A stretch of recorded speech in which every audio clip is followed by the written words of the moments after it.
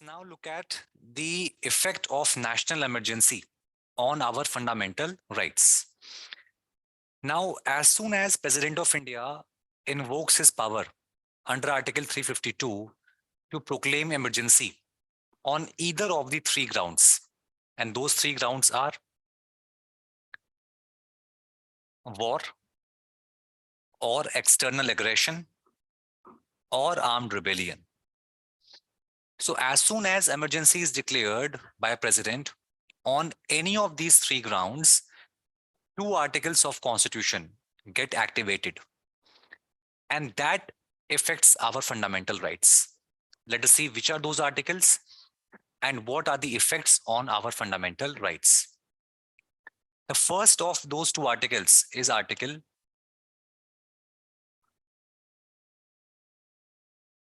358. This article talks about the effect on fundamental rights if emergency has been proclaimed by president.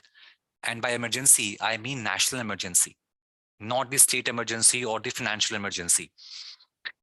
So when national emergency has been proclaimed by the president, either on the ground of war or external aggression.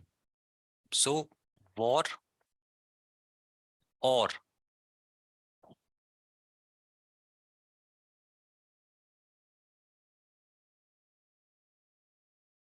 external aggression, the impact of this can be seen on Article 19 of our Constitution.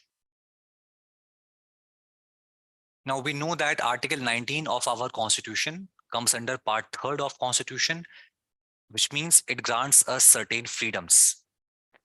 Now Article 19 is not a single right. It is a composite right, in the sense it provides us multiple basic or multiple fundamental freedoms. For example, freedom of speech and expression, freedom to assemble peacefully without arms, freedom to form associations, freedom to move freely throughout territory of India, freedom to reside and settle in any part of India, freedom to profess any trade, business, or occupation. So there are 6 fundamental freedoms. Let me write here.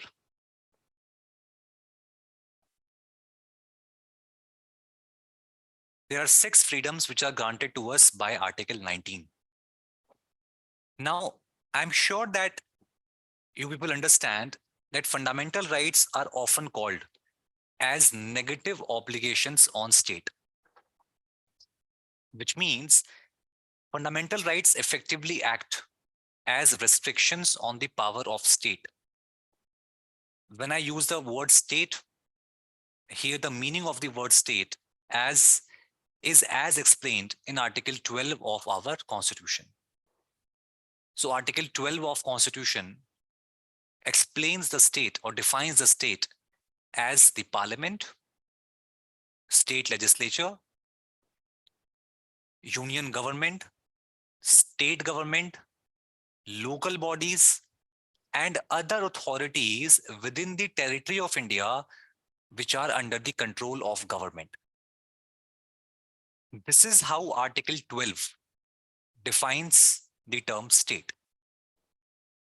So fundamental rights, we understand, are often called as negative obligations on state because they prevent the state from performing certain actions.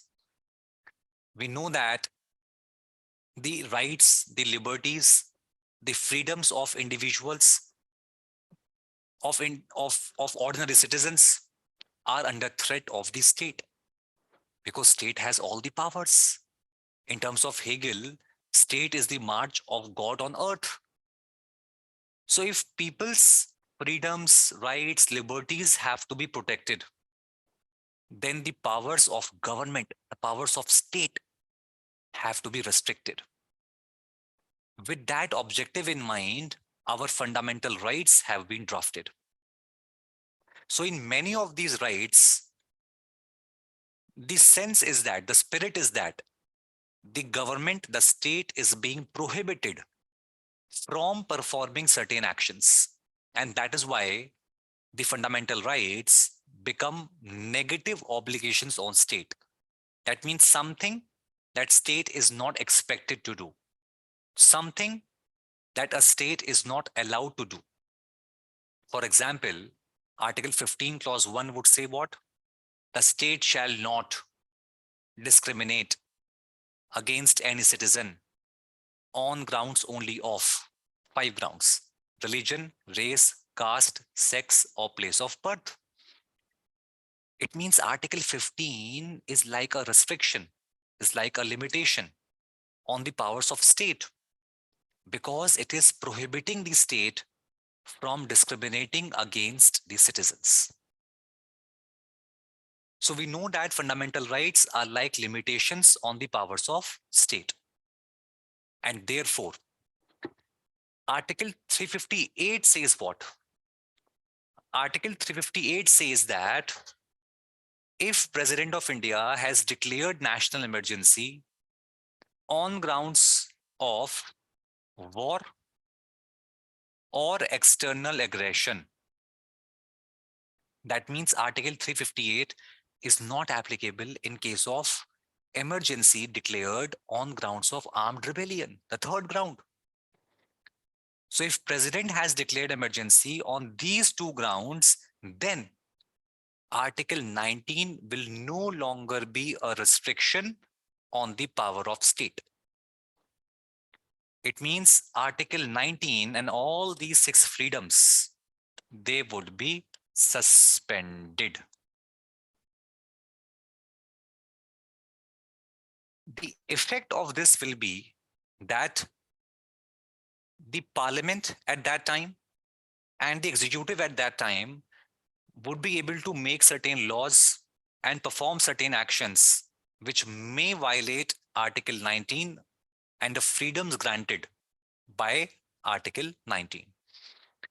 It means during national emergency declared either on grounds of war or external aggression, Article 19 is no longer a restriction, is no longer a negative obligation on the power of either the parliament or the executive, which practically means that there can be laws made by parliament or there can be actions by executive which are violating Article 19 of people, and there would be no remedy available because Article 19 and the freedoms under Article 19 would have been suspended at that time. Now, please note that here the suspension of Article 19 is going to be automatic.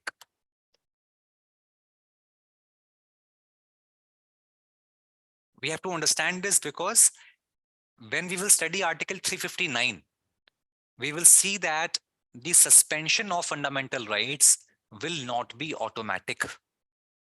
It will require another proclamation by the president for the rights to be suspended. But in case of Article 358, if emergency has been declared on either of these 2 grounds, then Article 19 or the freedoms, the 6 freedoms under Article 19 are suspended on their own. It means automatically, which means once president has declared the emergency on these 2 grounds, president does not need to issue another proclamation declaring that Article 19 is now going to be suspended, because the same declaration by which emergency has been declared, by the same declaration, by the same proclamation, the effect is that Article 19 is also suspended, which means Parliament can make law and executive can perform certain actions which may violate freedoms under Article 19. Now, in next part, we will look at the effect of Article 359 on our fundamental rights.